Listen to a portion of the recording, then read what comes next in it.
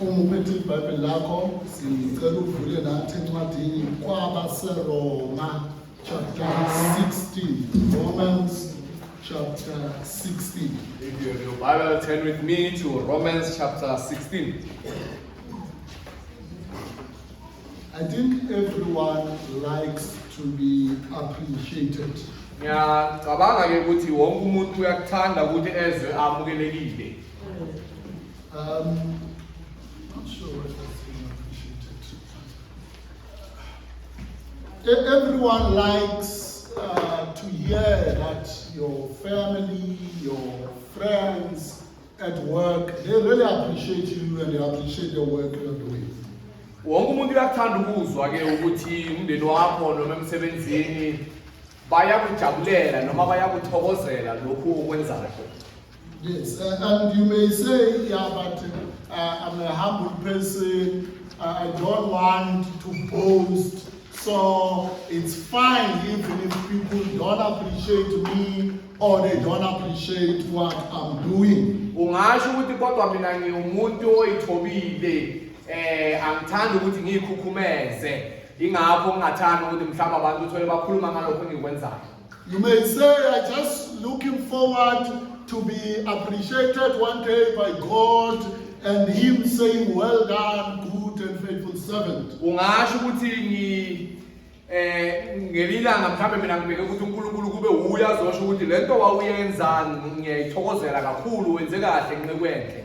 So there's that danger of going to an extreme on things. When we run away from places where they always appreciate people for nothing, now we ended up not appreciating people at all. Manje kunobungozi ke lapho uthola abantu bathokoziswa ngalokho bakwenzayo okungasho lutho. Manje ubungozi kuba kulokho ke.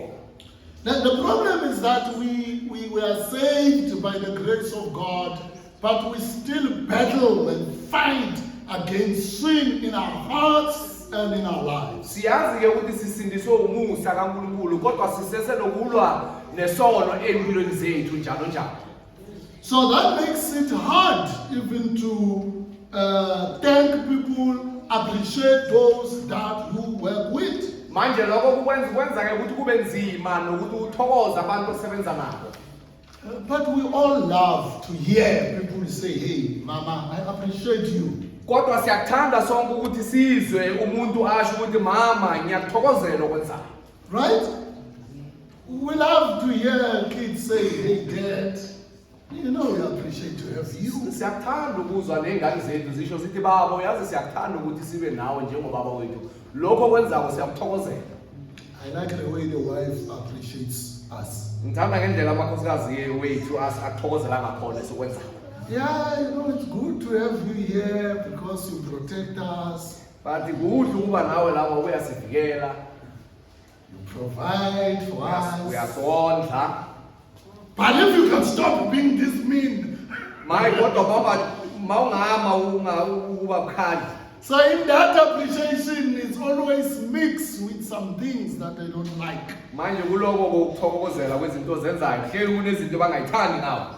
But I want us to see in this letter that as Paul is ending, actually, this is where you see Paul appreciating, praising, thanking the people that he's been working with. Ngifuna la sibheke ke uPaulo athokozela noma athokozisa abantu bekasebenza nabo uthokozela umsebenzi ebebawenza. And I must admit, as a student, you know this, and as a student of God's word, you know this. There are passages in the Bible. Doesn't matter who you are, how long have you been in ministry, they are just difficult. Ngifuna ke ubheke lokhu njengomfundi weBhayibheli sisonke nje sibafundi beBhayibheli. Kunamanye imibhalo eBhayibhelini enzima. It's like Romans 16 because you just find a lot of names. Sometimes it's even hard to structure it, to make it easy and to communicate it. It makes it hard. Uthola nje njengala kubaRoma ku16 kunamagama amaningi bese kwenza ukuthi kube nzima nokuyihlela ukuthi uyishumayela kanjani. And one of the things that you find is that, you know, when they talk about names of people, ezinye zezinto uma bakhuluma ngamagama wabantu ke la your name you know is not there. wazi nokuthi igama lakho alikho la. You're just tempted to sleep. awungenzeka uzithole sewulele. He's like, they're not talking about me. Ngasho ukuthi abakhulumi ngami mina lapho igama likho. So that's what makes many of us not really benefit from chapter 16. Iyo le nto enza ukuthi ku-chapter 16 yakoba seRoma sizithole singatholi lutho kiyo. But this morning I want to present to us 3 groups of people that I think in our lives we need to appreciate. Kunabantu abathathu amaqembu amathathu engifuna ukukubonisa wona ukuthi empilweni zethu sithokozela ebebakwenza. Now the Lord has been using this group of people in our lives. uNkulunkulu ke wasebenzisile lamaqembu empilweni zethu. And now the first group that I want us to look at Iqembu lokuqala engifuna silibheke ke are those that we work with in the Lord. Yilabe Fellow laborers. yilabe sisebenza kanye nabo enkosini. Let me pray as we consider this first group. Sinkulele. Father, we thank you for your word, and we do desperately need your help. We need your Holy Spirit to take these truths and rights in people's hearts. We also need the Holy Spirit to convict us of our sins and to guard us, Lord, from saying things out of anger, out of things we are not happy with. But we pray that we may just, Lord, allow your word to speak to us and feed us. We pray that we may be corrected, rebuked, and trained in righteousness. Please help us, Lord, to be better Christians who love you more and more, and who love our brothers and sisters more and more. We ask all this in Jesus' name we pray. Amen. Amen. Friends, the first group we need to learn to appreciate is those that we work with in the Lord. We serve the Lord with. Iqembu lokuqala kumele sifunde ukuthi sikuthokozele bakwenzayo yilabe sikhonza nabo sikhonza uNkulunkulu sonke nabo. So we actually have looked at the 3 of these people. Sibheke abantu abathathu kulabo bantu. But I want us to add in that list. Ngifuna sigcwalisele labantu labe besibheke abathathu kodwa ngifuna sigcwalisele list. Actually, this is the longest point because the laborers are many, and then Paul takes more time to thank those that we serve the Lord with. Manje ke leli phuzu lokuqala lide ngoba uPaul uthatha isikhathi sakhe ukuthokozela noma sibonisa ukuthi ukuthokozela kanjani kulabo bantu esisebenza kanye nabo enkosini. Look in verse 1 and 2. Bheka ku verse 1. I commend to you our sister Phoebe, who is a servant of the church in Cenchrea. So you should welcome her in the Lord in a manner worthy of the saints, and assist her in whatever matter she may require your help. For indeed she has been a benefactor of many and of me also. Ngiyamnqoma kini uPhoebe, udadewethu oyisikhonzi sebandla laseKenekriya, ukuze nimamukele enkosini njengokufaneleyo abangcwele. Nimsize noma kuyiphi into angase ayidinge kini ngokuba yena ube ngumsizi wabaningi nowami uqobo. Now that's that. If there's one thing, even in this list that I looked at, is what is the different thing Paul is saying about Phoebe? Is that word patron, or patron? Is the one assist in your translation? Kulento eyodwa uPaul angakhe ngithi ngibhekile la ikhuluma ngoPhoebe ukuthi beka usizo olukhulu. Yes, that's where that word others think that. How was Phoebe helping people? Because it was used also in court whereby a lawyer is assisting you on certain things. They'll use that word patron. So Paul is using that word here that Phoebe was a helper to many people. uPaulo usebenzisa leli gama ukuthi uPhoebe wabeka usizo olukhulu kubazalwana abaningi. Njengasenkantolo uma kuthiwa iloya lakho noma igqwetha lakho yilo elikusizayo ube njalo ayusizo olukhulu kubazalwane lo Phoebe. And Paul, he appreciates her and he said, she's been a helper to me as well. This lady in church, she's been helpful. uPaulo ke naye uthi nosisi lo la ebandleni udadewethu bekuncedo olukhulu nakimi uqobo lwami. uPaulo ke ukuthokozela lokho bekwenza ulo dade. But not only Phoebe. akapheleli kufibi ke Then he uPawulo. moves to a family that is Priscilla and Aquila. In Akapheleli verse 3. lapho uvela kulo mndeni uthi kuPriscilla noAquila kwakumndeni kuverse 3. And he says, they are my co-workers working with me. Uthi nabo izisebenzi ezikanye nami basebenza nami kuKristu Jesu. Yes, there's that word in Christ Jesus. They are working with me in Christ Uthi Jesus. bazisebenzi kanye nami kuKristu Jesu. Friends, we do work in Christ Jesus. Bazalwane siyasebenza enkosini uJesu Kristu. We are not working to be saved, Asisebenzi ukuthi sisindiswe. but we are working because we are saved. Siyasebenza ngoba sisindisiwe. Let me repeat that one again. Ngiyiphinde leyo. You are not working in Christ Jesus to be saved, Awusebenzi enkosini uJesu ukuthi usindiswe. but you are working because you are Kodwa saved. uyasebenza usebenzela inkosi ngoba usindisiwe. You don't work for salvation. Awusebenzeli ukusindiswa. So when Paul says Priscilla and Aquila, this family, they are my co-workers. Manje uPawulo uma ethi uPriscilla noAquila lo mndeni lo bazisebenzi kanye nami enkosini uJesu. He says we are working. Uthi siyasebenza.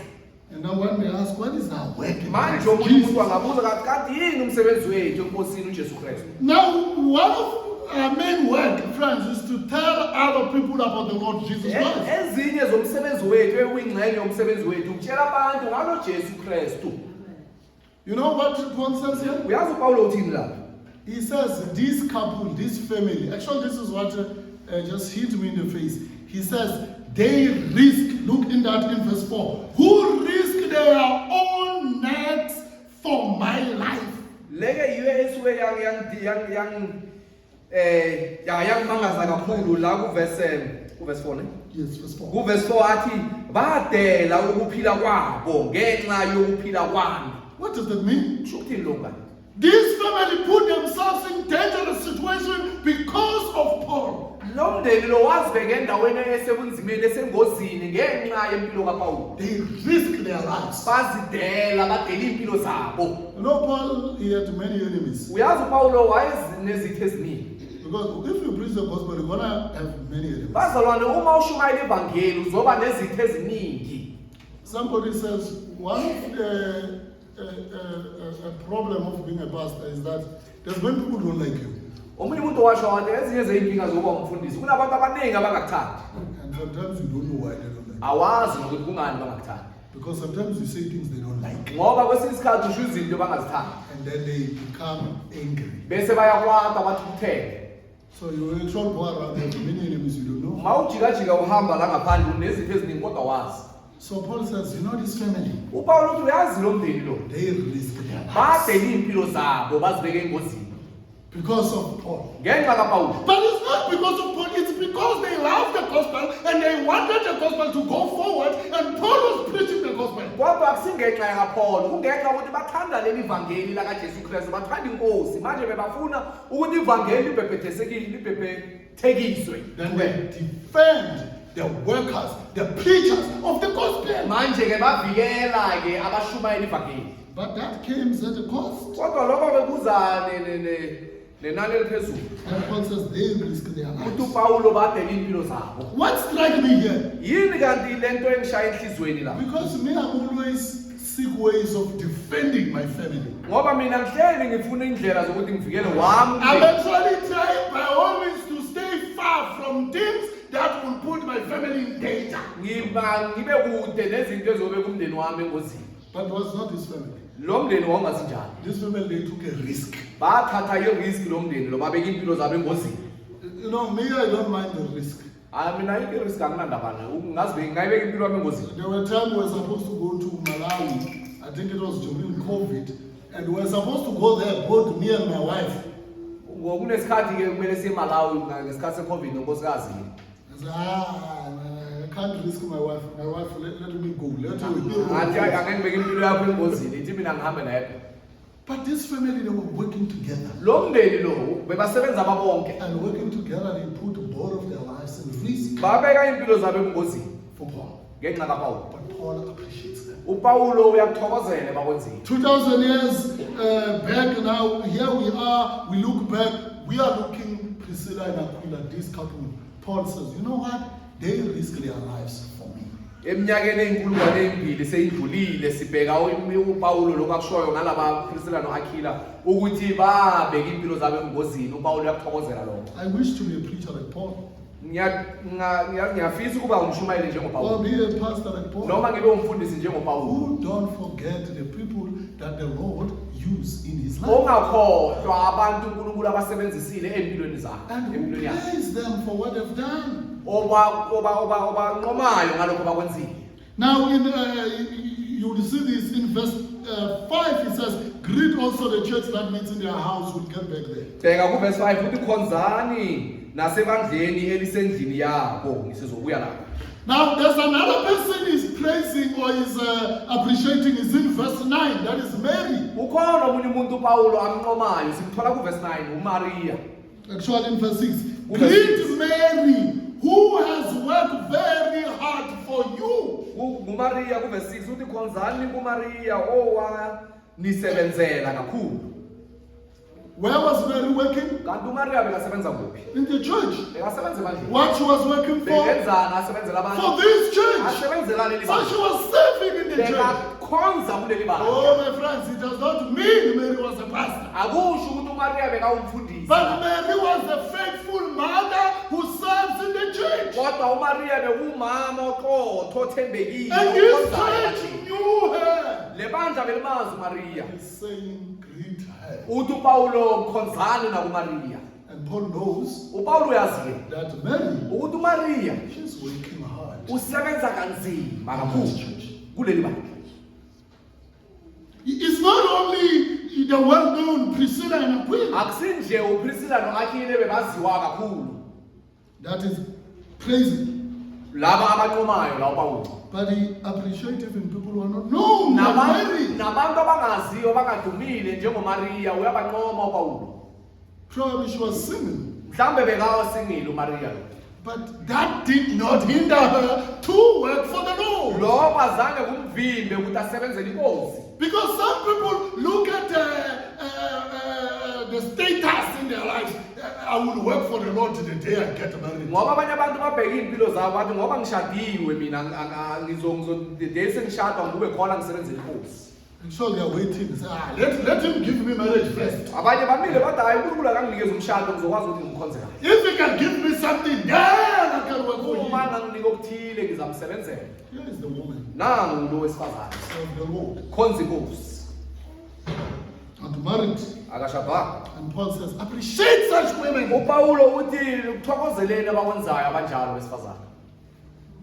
In verse 7, he moves on to another one that we must praise. Verse 7 uqhubeka uya komunye kumele naye simnqome. Greet Andronicus and Junior, my fellow countrymen and fellow prisoners. They are outstanding among the apostles, and they were also in Christ before me. Uthi khonzani ku-Anidroniko noJunia abayizihlobo zami ababe yiziboshwa kanye nami abaqamileyo yes abaqamileyo kuba apostoli. Now, this I don't know, there are many names here, I don't want to confuse them. Andronicus and Junior, actually these ones cause problems in this person. U-Adronia lo noJunia kunenkinga. Yeah, it's not them who are causing the problem, but the scholars, when they read this, they have a problem. Kodwa abafundi beBhayibheli ke abafundile mabachaza la. Because Andronicus and Junior, that Junior is there, that's what the problem. It can be Junior who is a male, also it can be Junior who is a female. Manje lo Junia lo mhlambe wesifazane noma wesilisa. So now the Bible readers, they argue, is it a woman or is it a man? Manje ke baphikisana lapho ukuthi uJunia lo wesifazane noma wesilisa na. So me and you say, we don't care, what's the point? Mina nawe sita iphuzu yini ke asinanda. Okay, because they argue that if this Junior is a woman, then it sounds like in this verse, Paul calls her an apostle. Ngoba uma ngabe wesifazane uJunia lo uPaulo kusukuzwakala sengathi umbiza njengompostoli. You see when he says they are outstanding among the apostles. Uthi baqhamile kakhulu kubo apostoli bonke. You see, it's like they are all apostles, but these two, they are outstanding among them. Kuba ngathi bonke bangabapostoli kodwa laba babili yibo abagqame kakhulu. Do you see the tension in that verse? Yabona ke inkinga la. But don't worry. Kodwa ungakhathazeki. This in these verses where you see they are used two names, Andronicus and Junia, Priscilla and Aquila, and they use them like that. What do you suspect? Manje yabona lamagama asetshenziswa kanjalo sibona uAndronicus noJunia sibone uPriscilla noAquila basebenzisa amagama amabili. What do you suspect? Mhlambe yini okusolayo? A couples. Uthi mhlambe So laba even if this Junia is a woman, it means it's a couple. And when it says Andronicus, they are well, what? They are outstanding. They know this couple. manje uPaulo ke uma mangabe ke laba ababili bawumndeni uAndrea noJunia uPaulo uthi yibo ke bebaphakeme kakhulu basebenze kakhulu. But you know what? Paul praises them. Kodwa uPaulo yabanqoma. We don't know them, right? Asibazi. You don't need know these names somewhere in the Bible. Lamagama siwazi akaze siwabone lapha. But I want you to bear with me Kodwa ngifuna ubekezele as we appreciate those we work with. nqoma laba bantu lapha. Look in verse 8. Bheka ku verse 8. Greet Ampliatus, my dear friend in the Lord. Khonzani kuAmpliatus isithandwa sami Nkosi. Yes, now Paul moves now. That's the correct one because he uses four people or four descriptions saying, these ones, they are my beloved, my beloved, my beloved, my beloved. Manje uPaulo ke uzosebenzisa amagama la usebenzisa lamagama ukuthi bayithandwa zami, bayithandwa zami, bayithandwa zami. So he starts with this one. Uqala ngalokho verse 8. He says, my beloved in the Uthi Lord. lo isithandwa sami Nkosini. Now, if I were you, Mina ke uma benginguwe or if I thought you are like me, when I read Paul is saying, greet this person, Ampliatus, my dear friend, or my beloved in the Lord. mina ke uma uPaulo ethi khonzani kuAmpliatus isithandwa sami Nkosini. Let's say I'm saying to you, let me, who would I pick that I won't get into trouble? You always stick. Let me say I pick, okay, let me give it to who came to this church early. All right, let me pick Ntombi Mashiane. If I'm saying to you, greet my beloved Ntombi Mashiane. Uma ngithatha ngithi ke khonzani uNtombi Mashiane isithandwa sami. You say, yeah? Bantu bazothi hey. Or if I'm saying, greet Caleb, my beloved in the Lord. Uma ngithi khonzani uCaleb isithandwa sami Nkosini. Bantu they will start saying hey, what is happening with the pastor? Right? But also other people will have other problems. Kodwa abanye abantu bazoba nezinye inkinga. What about us? Ukuthi thina ke If he's saying these people are his beloved, uma ethi labantu ithandwa zakhe thina he does not love us. ukuthi thina kasithandi. And friends, Paul, he never shan away. Paul, he would say things the way they are. He says, these people are his beloved, he loves them, and he said, please greet these people. uPaulo kaloku ajika ukhuluma indaba sekuyikhuluma ihlale ngendlela enjalo uthi khonzani laba bantu abazithandwa zami Nkosini. And we really don't know what makes Paul to really say, I'm describing this one, it says beloved. Asazi ke yini lento enza uPaulo ukuze azasho ukuthi lo muntu isithandwa sakhe asazi kungani sho kanjalo. My friends, the thing is this, what we don't understand. Bazalwane na into When you singayiqondisi. work with people, Uma usebenza nabantu and when you work with them for long time, usebenza nabo isikhathi eside. what ended up developing Into egcina yenzeka ke is you go through a lot with them. undlule ey'khathini undlule ey'ntweni ey'ningi nabo laba bantu. Your love Thando lwakho grows stronger and stronger. uthando lwakho luyakhula for laba bantu. Do you know that? Uyakwazi lokho? Actually, this was we were taught by my pastor where I'm from. He said, if you are a member of a church, you are not working in church, you are not involved where believers meet and they work, they do things, you are not there. Lokho ngafundisa umfundisi wami ebandleni lami uma khona ukuthi abantu bahlangane bangenwe nawukho kuyasetshenzwa bangena awukho abazalwane bahlangana awukho. He said, you know what ended up happening? Uthi uyazi gcina kwenzakalani? Their love grows. Uthando lwabo laba bantu luyakhula. Because they spend time. Ngoba bachitha isikhathi bonke.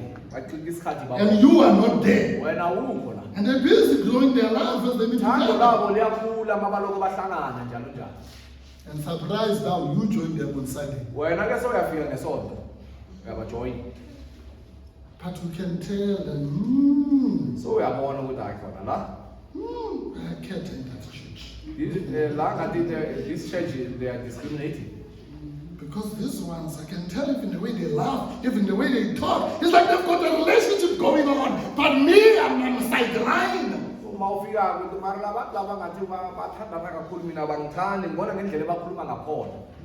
No, they've been spending more time together. Ngoba bachitha isikhathi sibonke laba bantu. So that is why people like amphitheaters, what Paul talks about, these people, we are told that they were first convert, they got saved early. Ingakho ke njengabantu abanjengabo Ampliato yibo ke basindiswa kuqala ke dala banomawulo.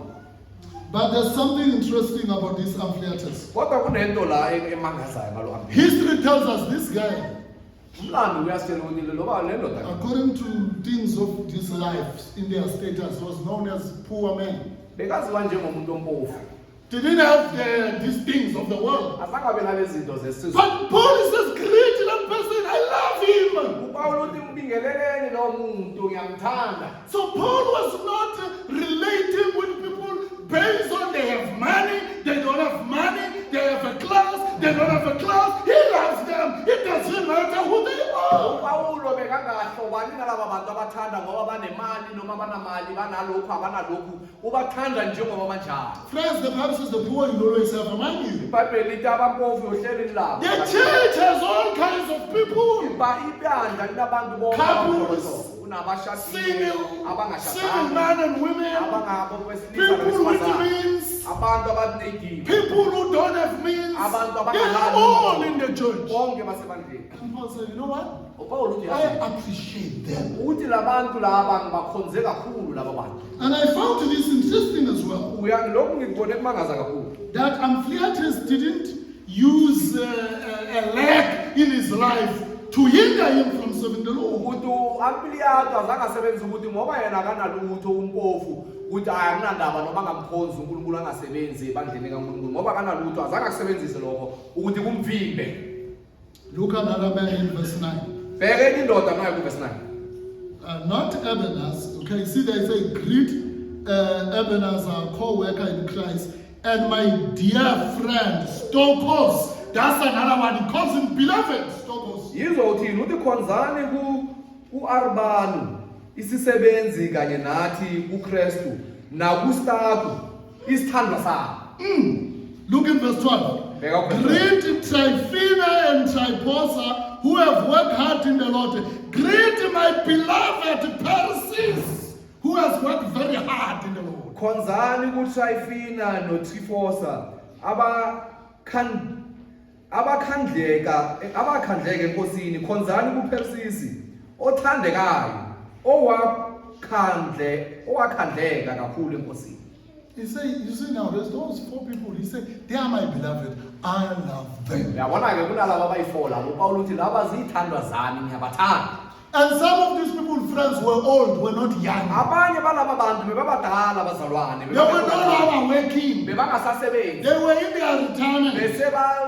Bebakhulile. That's why in verse 6, go back there in Ingakho verse kuverse 6 mawubuyela kuverse 6. he says, greet Mary, who has worked very hard for you. If you look at that sentence, it's in the past tense. She has worked in the past for Bheka you. kuverse ukuthi khonzani kuMaria owanisebenzela kakhulu. Lokho kusho ukuthi into eseyandlula wayenza.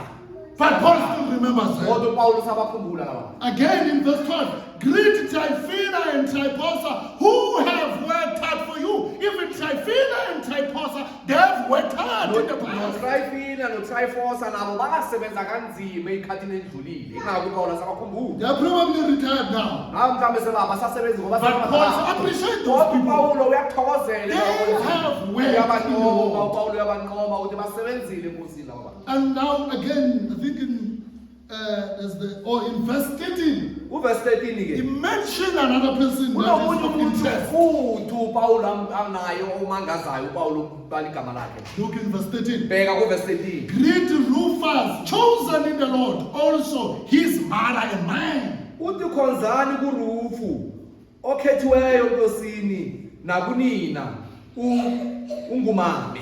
Nakunina ungumame. You see, I told you you'll be wondering, when are they gonna say greet Chris? Yabona ngizolo yamangala ke ngishwile ngathi bazosho nini ukuthi khonzani naku Chris njengoba bengishwile. Who is Rufus? Ubani kana uRufu? This Rufus, if you know your Bible, uRufu lo mangabe uyakazibhekela. is believed to be the son of Simon of Cyrene. uRufu lo kwakholwa ukuthi kwakuyindodana yakaSimoni waseSirini momkhumbulo. Do you remember Simon of Cyrene? Uyamkhumbula uSimoni waseSirini? Can give you clues, he was from Africa. Bekabuya eAfrika uSimon. Do you remember what he did? Uyakhumbula wenzani uSimon waseSirini? On the way to the cross, Uma bakusewendleleni kuyo esiphambanweni. helped Jesus in carrying the cross. Wasiza uJesu wathwala isiphambano sikaJesu. And now they are saying, this is the Rufus, Bathi lo uRufu ke his son. indodana yakhe. Is in that church in Rome. Ukulela bandla lapha eRoma. And Paul said, greet him. uPaul uthi mkhonzeni uRufu, mkhonzeni. But not only him, Hayi yena kuphela. and his mother. Nomamakhe. Mkhonze na kumama wakhe. And my mother. Nami ungumama wami. Do you see what is Paul doing? Yabona uPaul He's wenza. not saying, oh, who shall good for Rufus? See, they've got their mothers in church. Me, my mother is not. He's not saying that. uPaul akasho ukuthi abo Rufus banabo mama esontweni mina umama nginaye esontweni akasho kanjalo Paul. He says, it's his mother and it's my mother too. Uthi umama kaRufus nami ungumama wakhe. Because a mother who believes in the Lord Jesus Christ is not only a mother of his kids, he's the mother of God's kids. Ngoba umama okholwe enkosini uJesu Kristu ayisumama wengane zakhe zodwa kodwa umama wawo wonke abantwana bakhonza inkosi abakholeke Friends, there's no place for individualism in the church. ebandleni likaKristu akunabunye ukuthi umuntu yena uthi uhamba ayedwa. You can't be busy, hey, my only daughter, bring yours on the side.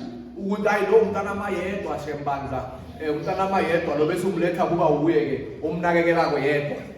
Or getting yourself into a pity party. Oh, me, I never have children. Noma I uloko never have children. uzidabukela ukuthi mina akaze ngibe nezingane akaze ngibe nezingane. Single. There are so many children here. We are None many. ebhukile awusibuke nje. Single. We are many here. Others are even old. In the Lord, Enkosini. you have many children. Unabantu nengane You have many fathers. unabo baba abaningi. You have many homes. You don't know. Unamakhaya amaningi awuwazi yona. You can't sleep in the street. Awuwazi ukuthi ulala estradini. A Christian. Umzalwane. You heard some of your brothers are suffering in Nigeria. Uzwile abanye babodadewenu nabafowenu bayasokola eNigeria. Friends, in church, this idea of individualism. Ebandleni bazalwane le ndaba ukuthi umuntu uzihambela yedwa yena wenza into zakhe yedwa. You don't really see it a lot in the scriptures. Awuyiboni la embhalweni lento. Paul says, greet them. uPaul uthi bakhonzeni laba. He appreciates them. Labantu uyabanqoma uPaul uyakuthokozele bakwenzile enkosini. And mothers of this church, Abomama ke kuleli bandla. we want to say, you are beloved. Sifuna ukusho ukuthi nizithandwa. Huh? You are beloved. Nizithandwa. We love you. Siyanithanda. We wish you do better, man. Deacons, you let me down on this one. Amadikoni la hayi angisephansi manje ngibheka ukuthi abomama sizobenza kahle. Sizofana. If, or is the fathers? Is it the fathers? No, that's why there's fathers in those deacons. I'm strategic. Kunabo baba kulamadikoni ingakho ngisho kanjalo. We love you. Siyanithanda. Even if your children, they're thinking you are a great mom because you have believed in Jesus, just know you have 100 sons and daughters who love you. Noma ngabe abantwana bethu ingane zenu enizizalayo zicabanga ukuthi umama umubi ngoba ukholwe kuJesu Kristu, kumele wazi ukuthi enkosini iy'ngane zenu ezithanda inkosi ezikholiwe enkosini ziyanithanda futhi siyaziyana. I hope you'll understand that. Themba ukuthi nizaqonda le nto. I hope even the kids will understand that. As you are writing letters for your mom, don't forget your mothers in the Lord. Noma ke ubhalela kumama wakho ke incwadi nama-message kumama wakho okuzalayo ungakhohlwa kumama benu enkosini. Nje enganeni ungabakhohlwa. Communicate your love. Tshela umama wakho ukuthi uyamthanda. Qoqa mtshela umbhalele imessage enkosini. And I know that is difficult for Africans. Ngiyazi ke lokho kunzima emntwini wase-Afrika. You know, Africans like everything is hard. We're taught hard. Yonke Hard into to love. inzima, uthanda kanzima, yonke into inzima eAfrika. Your mother first, you want to tell you, she wants to tell you I love you, but she starts from negative. Noma umama kwafuna ukutshela ukuthi uyakuthanda, uqala ngokusho okubi kuqala. You must be something. Uthi kumele kube nento Look kwayiyo. your friends. Bheka abangani bakho. I love you. Ngiyakuthanda. You're like, mama, what is the connection now? Uyabuza ukuthi kanti ukhuluma ngani? Can't you talk about love and love only and end on love? Awukwazi kanti ukuthi ukhulume ngothando ugcine ethandweni kuphela na. Right? And we always tell our wives, we are trying our best. Please, we are trying. Sihlala sibatshela yena amakhosikazi wethu ukuthi sizama okusemandleni. We are married to people who were never told they are loved as they were growing up. Nobody tells them until they found you. It's only you who said I love you. Uthandana uhlala nomuntu okazi atshela ukuthi uyathandwa empilweni yakho waze wakhula ukuze ahlangane until aze ahlangane nawe. Khani umuntu oqala umtshela ukuthi uyamthanda. His mother never said I love you. Lo muntu umama wakhe akazi athi uyamthanda. Nakani? We always rebuke. Lokho into eyenza umama wakho kumkhalima. Hlela wazi ukhalinywa lo muntu. Uthanda ukuthi uyathandwa akakwazi. That's your husband at home. I'm telling you, being honest with you. Uyeke lo myeni wakho ke le ndoda yakho lapha ekhaya. Yiyo umuntu onjalo. Khuliso kanjalo akazatshela ukuthi uyathandwa ungamangalile. That's why he's slow in saying I love you. He pronouncing the words I love you. Ingakho lo waslobo ukutshela ukuthi uyakuthanda naye. But here is Paul. Nawo uPawulo. He said, my beloved. Uthi ithandwa sami. Friends. I've got brothers who just say, hey, buddy, I love you, man. Nginabafowethu abathanda ukusho ukuthi mfowethu ngiyakuthanda. Hey, you know, I'm thinking, are you still okay? Are you still okay? Hey, ngibuza ukuthi makasho njalo yini ngibuza ukuthi umuntu usese-right. Are you 100% man? Usese-yindoda straight. Uma usho kanjalo. Do you understand, friends? Bazalwane niyayiqonda le ndaba. Then we must learn. What? Kumele sifunde. 3 more people to go through. Kunabantu abathathu abasele kumele sibabheke lapha. Look at verse 10. Bheka kuverse 10. Greet Apollos who is approved in Christ. Uthi khonzani ku-Aphele othembekileyo kuKristu. You know this Apollos? Uyamazi u-Aphela lo? Why he's saying he's approved? Kungani athi uthembekile? He's saying his faith was tested and was found to be real. Ngamanye amazwi ukuthi ukholo lwakho lwavivinywa lwatholakala kungeleqiniso. Friends, Apollos is like he suffered as a Christian. Sengathi u-Apheli lo wasokola wahlupha. It's like Job who went through difficulties. NjengoJobo wandlule ebunzimeni empilweni yakhe. But friends, Apollos was still a Christian. Kodwa bazalwane u-Aphele lo bekasesomzalwane noma kunjalo. And Paul say, greet him. Uthi mkhonzeni uPawulo Because kanjalo. there are Christians in our lives who gonna go through difficulties. Ngoba empilweni zethu kunabazalwane abazondlule ebunzimeni. And you might be here. Nawe mhlawumbe It's ukhona. problems after problems. Inkinga Sufferings after sufferings. kupheka phezulu. Sometimes you doubt the love of God. Kwesinye isikhathi uzungabaze nothando Even the church, they doubt you sometimes. nebandla nalo seliqale likungabaze. Behind the scenes, hayi yena, ahlala ehlupheka, wenzani? Nebandla they end up asking themselves, why is this person always suffering? What is wrong with this person? Why God is not praying, answering his prayers? Kungani uNkulunkulu angaphenduli imikhuleko yakhe? Mhlawumbe wayeloya makhula. Maybe this person was a witch when they grew up. It's bad to be a gogo. To say, you, Gogo. or that you, Just ukuba mdala nje. to be old. You are qualified to be mthakathi. Now you are now told you are a witch. Gogo. This gogo. Uloku uzihlalela uzithamelela ilanga uthamela. Unokahlalela yena bheka ngapha ngakwami. Now people start saying, hey, what's wrong with this gogo? Why is she always sitting there looking at my home? And when I pass now, she looks at me. I don't know why she looking at me. Now you must not look at people. And then when I pass it, this person looks down. Have you ever experienced that? That's what happened. People always have opinions like they had opinions with Job. And sometimes they bring bad counsel, because they fail to understand the situation. Bad counsel.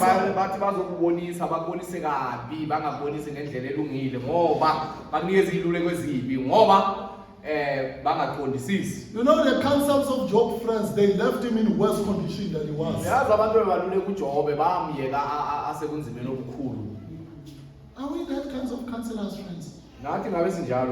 Where when you leave, the person is in worse condition than they were before you came. Because they were suffering. They are going through. Sometimes you need to sit with people and just listen to them. And eat with them. And say nothing. And leave. That's difficult for me, you know, right? Fruit of the Spirit, self-control. We need to learn that. Apollos was going through a lot, and Paul said, you know what? You are approved in the Lord, because through difficulties, through trials, through temptations, you did not leave the Lord.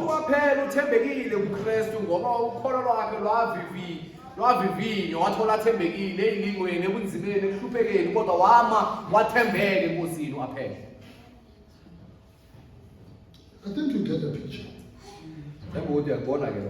Paul appreciates the people he works with. I ask a question. Do you appreciate the people you work with?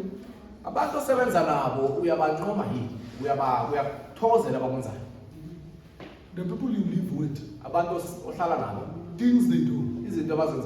Do you think you should be doing that? Do we really be people who can find it easy to thank people?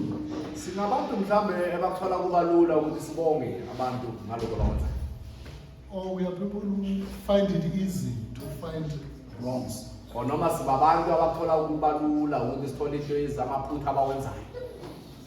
do you find yourself?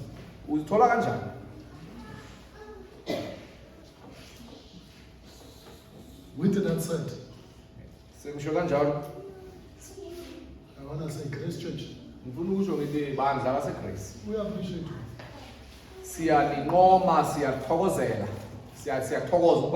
Deacons, this place is beautiful. It's clean. And the water is boiling, right?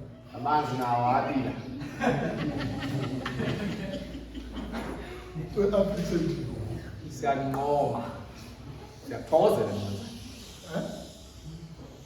Those who work around this yard,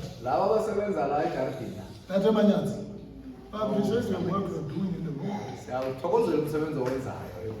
Sometimes people don't know what you're doing.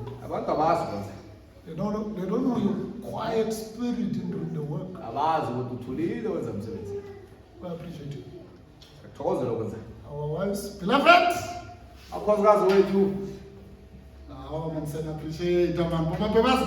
We appreciate you as well. We appreciate your hard work. Now, Brother Jay was telling me, he's like, hey, when my wife was away, I was with kids, I was like, yo, this work is difficult.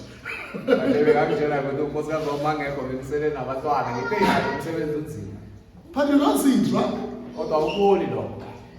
Until your wife, she's sick. And you are the man. And then for the first time, I can say, hey, you know, Dad, how do you wake us up? Where's my belt? She's like, you say, where's my belt? Wake up. So how does your mom wake you up? She said, my kids wake up.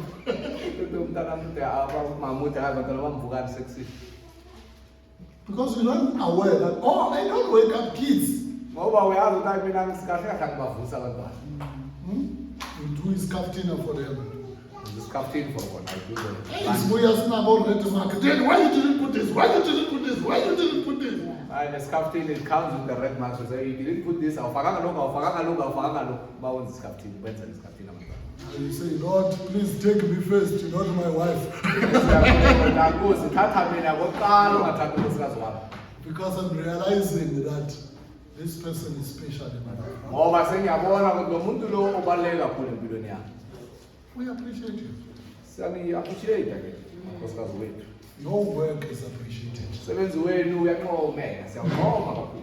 We wish we would talk like that more. Siyafisa sengathi singahleli sikhuluma kanje. Bobo, Gogosi, we love you.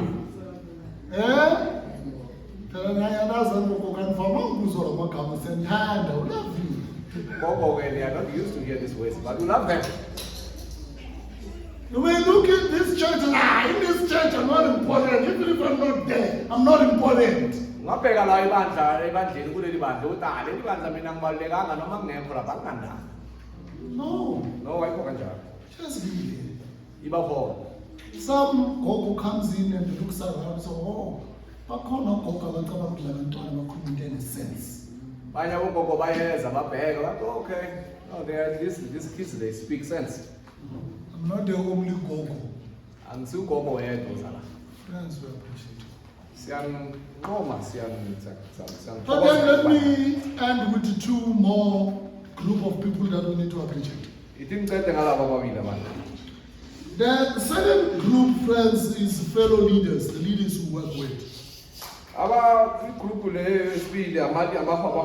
In these names, it's very hard to pick these leaders and say, where do you see leaders here?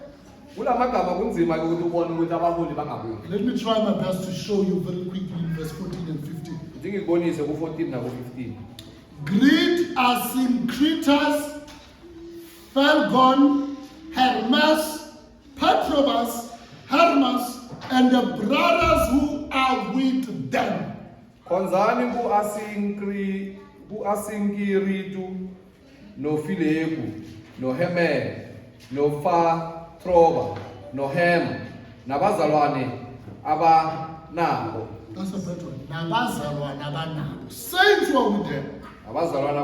Look in verse 15. Greet Philologus and Julia, Nereus and his sister, and Olympus, and all the saints who are with them. Konzani kufilologu nakujulia kunereu nodadwabo naku-Olimpa nakwabangcwele bonke abanabo.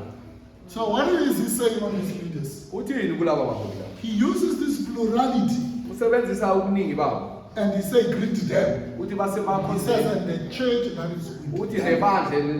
Why is he saying the church that is with them? Why this is a group of people that is saying they are with the church?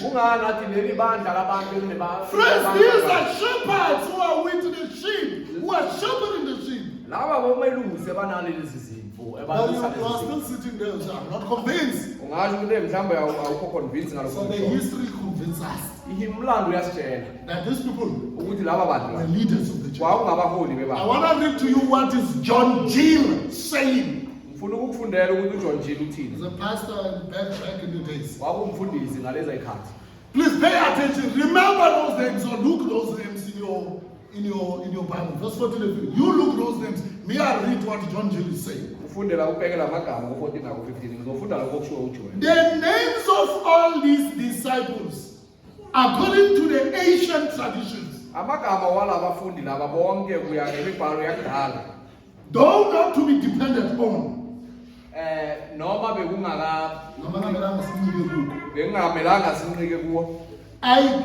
given in alphabetical order.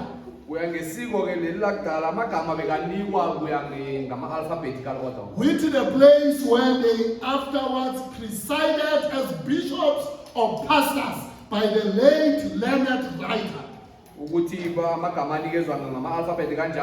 nekulandelwe ngeindawo lapho bebangababishop khona noma ngabafundisi khona. What are those names? Imaphi lawo magama? Agabus, uAgabus, the prophet.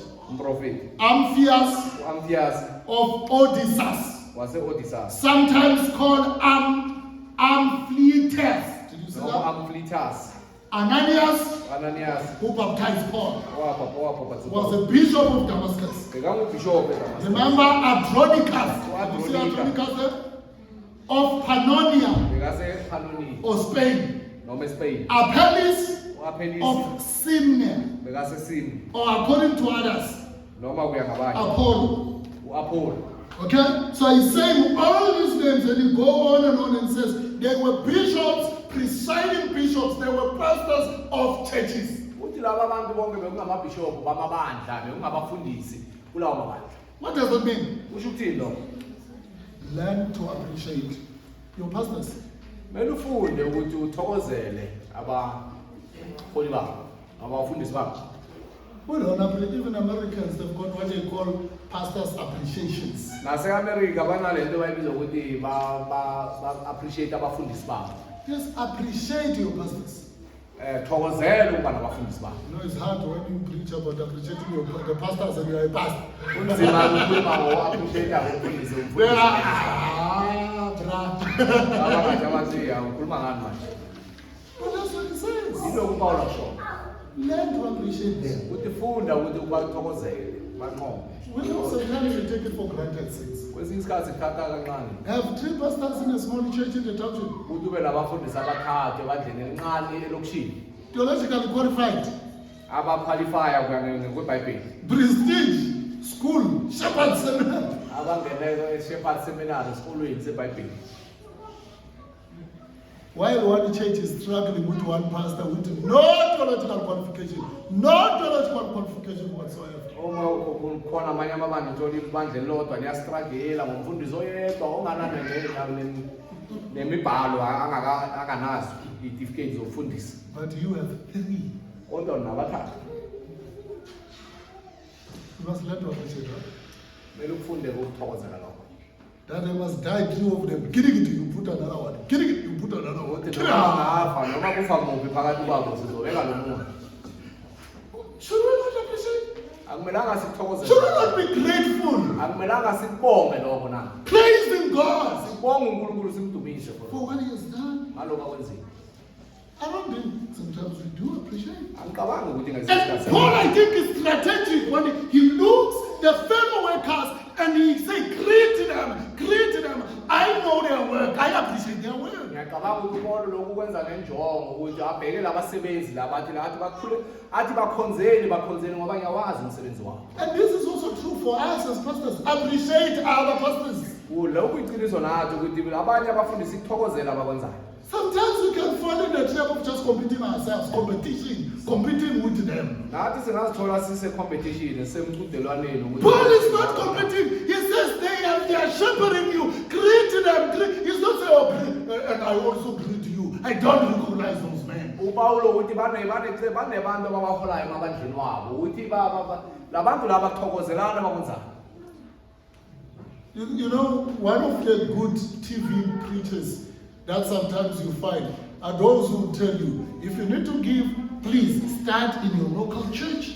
Kunabanye abafundisi abahle abafuna abashumayela ivangeli abatshela kahle ukuthi mawufuna ukunikela kumele uqale ebandleni labo. Test what I'm saying, go ask your local pastors. Uthi ungahamba ubuza umfundisi wakho ebandleni labo. Not those who make podcasts on TV, they are becoming the pastors themselves. But who ordained by whom? Bese hayi labo abasebenza bafundisa ku-online bangakakhethwa umuntu. Undermining the other pastors. Badelela abanye abafundisi. Appreciate them. We're going to talk about the wrong pastors at the end. I'm not saying I'm excusing that. Sisazokhuluma ngabafundisi bamanga amasiyaleni. Yes, I'm not. But here, Paul is appreciating. Kodwa la uPawulo uyakuthokozela abakwenzayo. Grace Church, Azalwane iGrace. appreciate your leaders. Thokozelana abaholi benu. God has borrowed you there uNkulunkulu uliboleke bona for a time wesikhashana and for a season. wesizini. Sometimes they may not be there forever. Kungenzeka bangabi lapho kuya ngophakathi. And we're not going to be here forever, by the way. Asizoba la ungaphakathi. Death will separate us one day. Ufa kusihlukanise.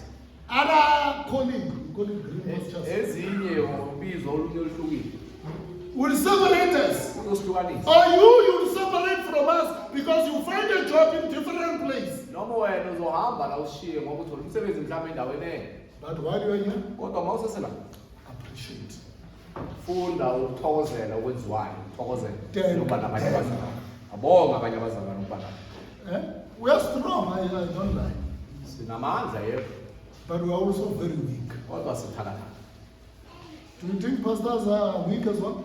xa umuntu abafundisi babuthakathaka Do you think they get discouraged? xa umuntu mhlawumbe baba-discourage Do you think they want to give up at some time? xa ukuthi bafuna ukuyeka You think we'll always come in on Sunday? This is the day that the Lord has made. I need to be a pastor of this church. Sometimes we feel like resigning. kwesinye isikhathi sifuna ukuyeka ngoba siyadangana Sometimes you look what we've been doing, you feel discouraged. ubheka konke esikwenzayo bese uba-discouraged Right? To pray for your pastors. kumele nibakhulekele abafundisi bethu We encourage them. sibagqugquzele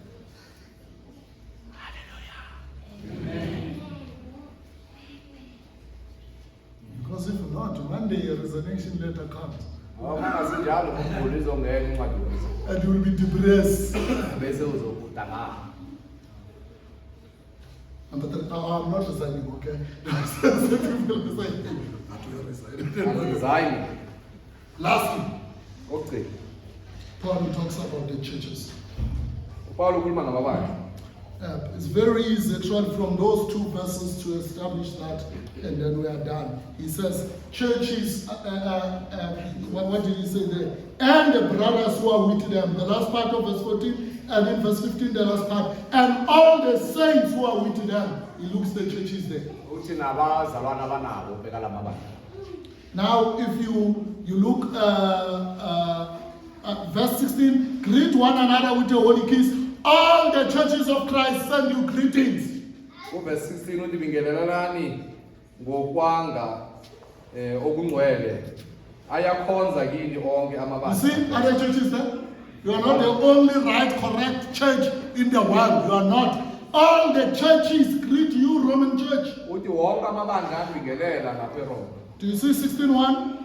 I commend to you, Sister Phoebe, who is a servant of the church in Synchrea. There's a church in Synchrea. kunebandla esikriya There are churches in Rome. kunamabandla There are churches who are greeting you. kunamabandla Some of these churches were in houses. amanye wala mabandla Some of these bekakhona churches were in buildings. amanye bebasemakhaya And Paul says, they greet them. upawulo uthi babingi bakhonzeni And looking at friends, we must appreciate each other, the work that we're doing. kumele sithokozele sikwenzayo sithokoze ukuthi sisonke si-appreciate-ane Appreciating your leaders, appreciate abaholi benu but appreciate other churches. namanye amabandla kanjalo I think sometimes we may undermine other churches. kwesinye isikhathi sesingawabhekela phansi amanye amabandla Undermine what God is doing in other churches. sithathele phansi unkulunkulu akwenzayo amanye I'm not saying there's no false churches. I'm not talking about that. But I'm saying we need to appreciate that we are not the only church. We are not the only church. angisho ukuthi awekho amabandla angamanga kodwa ngisenosho ukuthi asiyibandla sisodwa The church is not this building, ibandla ayisiyo lo makhiwo right? It's not the building, it's us. yithi Then the Bible says, appreciate other churches. lesi bandla lethi appreciate-ana amanye amabandla And they're different than you. ahlukile kunani They are different in many ways. ngendlela ey'hlukile That's why if you go to two different churches, clearly you should see that no. They are different. uma uya kumabandla ahlukile ayi-2 uyabona ukuthi ahlukile Right? But if they have believed in the Lord Jesus Christ, kodwa babakholiwe ujesu kristu they have upheld the scriptures, babambelele they embandleni are teaching the sound doctrines. bafundise okuzwakalayo Appreciate that God didn't leave only grace to reach the world. kumele ubonge lokho ukuthi unkulunkulu akasebenzisi igrace yodwa He's using other churches. sebenzisa namanye amabandla I may not like them. sengenzeka ngingathandi I may not like even their approach or philosophy in ministry. sengenzeka ngingathandi naloko abakwenzayo kuministry But that does not mean kodwa lokho akusho ukuthi they are used by the devil. ukuthi basebenzise usathane They are not called by God. ukuthi ababizwanga ngunkulunkulu It may not mean that. akusho lokho And as a church, njengebandla. actually, one of the mark of being a cult is to think you are the only one who's right. Ezinye zezinto zokuthi umuntu sibe i-cult ukuthi sicabanga ukuthi nguwe wedwa. Cult think it's only them, there's no one else. Ama-cult ke lama abantu amanga bacabanga ukuthi yibo kodwa abekho abanye. But we must appreciate it. Kodwa kumele sikubonge, sincome, si-appreciate. And learn to speak well about others. Sifunde nokukhuluma kahle ngabanye. That is maturity. Lokho ke i-maturity. It's not comparing, Ayisikucompare, it's learning. ukufunda, Speak well. ukukhuluma kahle. Speak well about others. I mean, we're not saying speak well when they do wrong things. I'm not saying that. Ayisho ukuthi ukhulume kahle ngabo bakhuluma bayenza izinto ezimbi. But remember, Kodwa khumbula, we are part of the body of Christ. siyingxenye yomzimba kaKristu. God uses some people in Pretoria. uNkulunkulu usebenzisa abantu ePitori, Maybe they're not like Grace Church. mhlawumbe abafani neGrace. He uses some in Zambia. Abanye eZambia They can't be there. angeke ngibe khona. He uses some in US. Abanye e-US I can't be there. angeke ngibe khona. He uses some back there. We have a brother in villages in Songa speaking place, Brother Paul. He's there in the villages, in the bushes. I can't be there. Abanye kuma-village naye ke umfundisi uPaul angeke ngibe khona. We have some in Standerton. Abanye base-Standard, We have some in Orange Farm. abanye base-Orange Farm. They're not like us, right? Abafani nathi In many ways. endleleni, But they are also like us. kodwa banjengathi. In what we believe. Ngalokho But we sikhona. must learn to appreciate them. Kodwa kumele sifunde ukuthi siba-appreciate. Having said that, Engishilo kanjalo. you don't need to be appreciated if you don't know the Lord Jesus Christ. Awufuni ukuthi ube appreciated uma ungamazi uJesu Kristu. If people are busy appreciating you and you are not a Christian, Abantu babhizi baba-appreciate they awusumzalwane. are deceiving you. Bayakukhohlisa. The greatest appreciation Ba-appreciate kweqiniso that you can get ongakuthola. is that Jesus looks at you Ukuthi uJesu uyakubheka and says, you are my beloved. athi wena uyisithando sakho. I have died for you. Ngikufele. And you have believed in me. Ukholiwe yini? You are my child. Umntanami. That's the greatest appreciation you can get. Ngoko-ke unqonyo You okukhulu. don't need to live here and run and go do good works. Akumelanga uyeke la uhambe ukwenza umsebenzi emihle. No. Awuhambi kanjalo. Look to the good works of Jesus. Bheka emsebenzini omuhle kaJesu. Believe what he has done for Kholwa kulokho akwenzele khona. you. He died for your sins. Wafela izono zakho. You may be forgiven. Ungaxolelwa. I don't know what you have done. Angazi wenzeni. I don't know why you are here. Angazi kungani la. Maybe you are here, you have issues in your life. Mhlawumbe uneyinkinga empilweni yakho. But maybe you've looked a lot of things around here. Mhlawumbe ubheka into eningi la.